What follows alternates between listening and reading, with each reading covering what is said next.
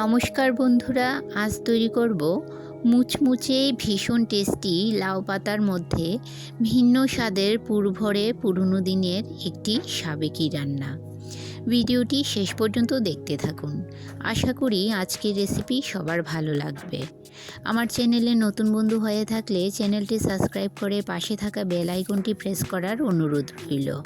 আর যারা ফেসবুক থেকে ভিডিওটি দেখছেন তাদের কাছে অনুরোধ রইল পেজটি ফলো করার।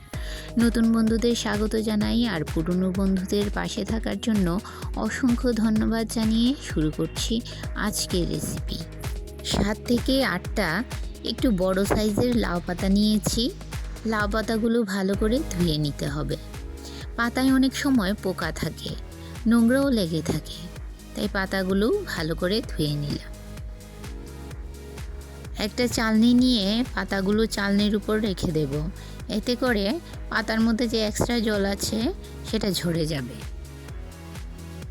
এবার মিক্সি জারে নিয়ে নিলাম 2 চামচ পোস্ত, 2 চামচ হলুদ সর্ষে। হলুদ সর্ষের পরিবর্তে আপনারা কালো সর্ষেও নিতে পারেন। আর দিয়ে দেব সামান্য নুন। সমস্ত কিছু শুকনো অবস্থায় গুঁড়ো করে নেব। এখন দিয়ে দেব 4-5টে কাঁচা লঙ্কা ও সামান্য জল দিয়ে একটা পেস্ট তৈরি করে নেব। এবার মিক্সি জারে 2 চামচ সাদা তিল পেস্ট করে নেব। পোস্ত সর্ষের সঙ্গে তিল পেস্ট করে নেওয়া যেত, কিন্তু তখন মনে ছিল না, তাই আলাদা করে পেস্ট করে নিলাম। এখন 1 কাপ কড়াইশুঁটি গ্রাইন্ডারে পেস্ট করে নেব।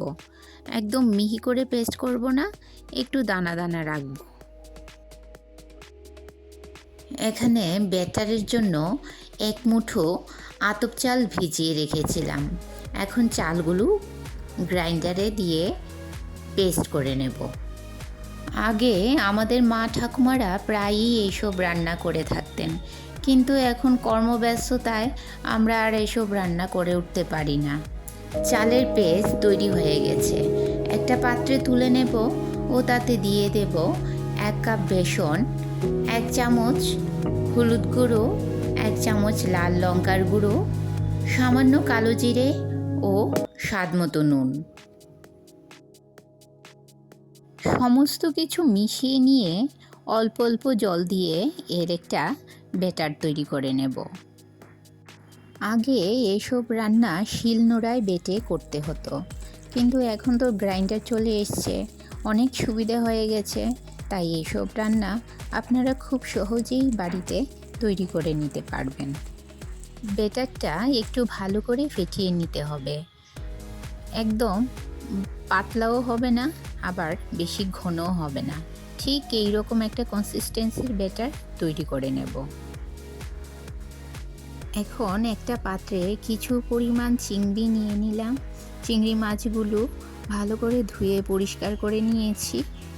এখন দিয়ে দেব মটরশুঁটি বাটা।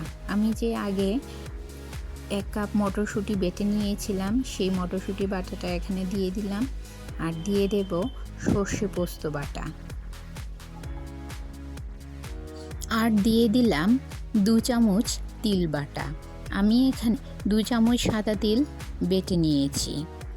আর দিয়ে দেব 1 কাপ ধনেপাতা কুচি, 1 চামচ হলুদ গুঁড়ো, 1 চামচ লাল লঙ্কার গুঁড়ো, স্বাদমতো নুন ও সামান্য সরিষার তেল।